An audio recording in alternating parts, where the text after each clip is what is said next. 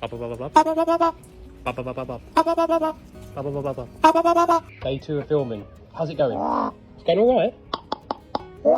Have you been a good boy for the camera? This little crow was left alone for weeks after his owner passed, until a gentle neighbor stepped in and changed everything. Can I just have some lunch, please? Can I just... Loki had once belonged to a man who truly cared for him, but when that man passed away, days turned into weeks before anyone even realized. Hello. In that silent stretch of time, Loki sat alone without food, without comfort, and without the warmth of a voice calling his name today. By the time relatives finally walked into the house, Loki had fallen deep into fear and confusion. They saw a trembling crow who no longer trusted, hands reaching toward him. Morning, Lolos. Good morning. They asked Elliot, a kind neighbor, to take responsibility, though they warned him that Loki was unpredictable and easily frightened. When Elliot carried Loki into his home for the first time, the little crow looked worn down and hollow, almost like he was bracing for more hurt.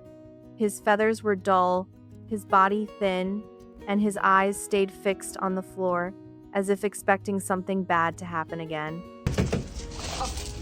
Good boy. Right. Elliot could see right away that this rescue would not be quick. It would take patience, steady hands, and a heart willing to show up every single day. So he sat near Loki, spoke softly, and let the frightened bird learn slowly that nothing terrible was coming toward him anymore.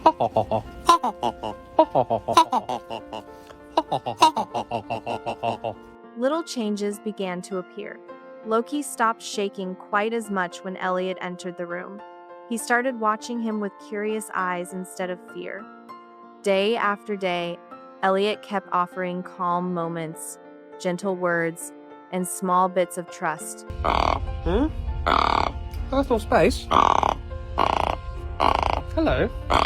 Until Loki started believing he might finally be safe. Over the years, their bond grew into something warm and steady. Loki became playful, almost childlike at times. He followed Elliot from place to place, made little sounds that felt like conversations, and let himself relax in ways he never could before. Slowly, fear faded, replaced by real companionship.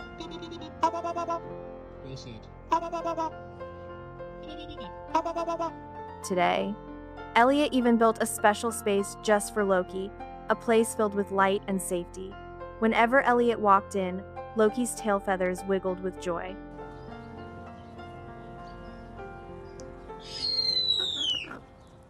Elliot often said Loki was full of surprises, always ready with a new trick or expression that made their home feel warmer and livelier. I know. We're gonna pop me on the scales, yeah? One of their sweetest traditions was trading little gifts. Loki brought Elliot tiny treasures, and Elliot offered puzzles or treats in return.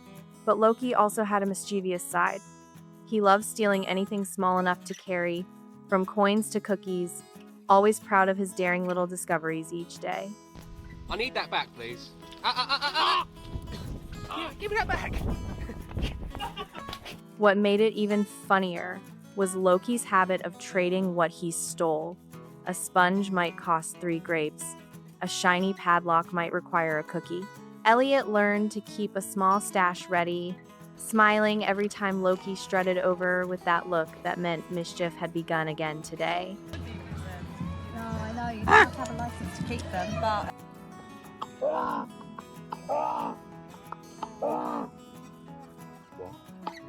Loki loved talking too.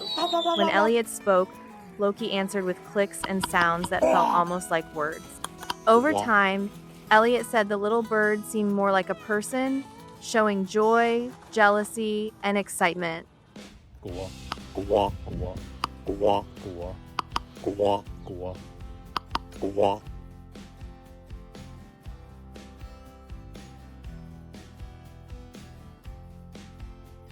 Loki's clever mind shone brightest when they played games that made him think and explore. He was happiest when people were around. He teased, he joked, and sometimes he let out a tiny laugh, especially when he had taken something he did not plan to give back. But, through every bit of mischief, he stayed close to Elliot, the one person who never stopped believing. Second.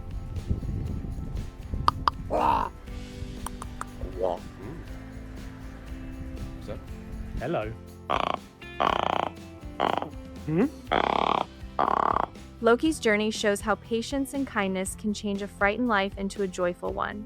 If anyone is thinking about rescuing a special animal, they should learn, prepare, and listen with an open heart. And if this story brings comfort, please like, share, and subscribe today to this channel. What are you doing? You absolute fiend.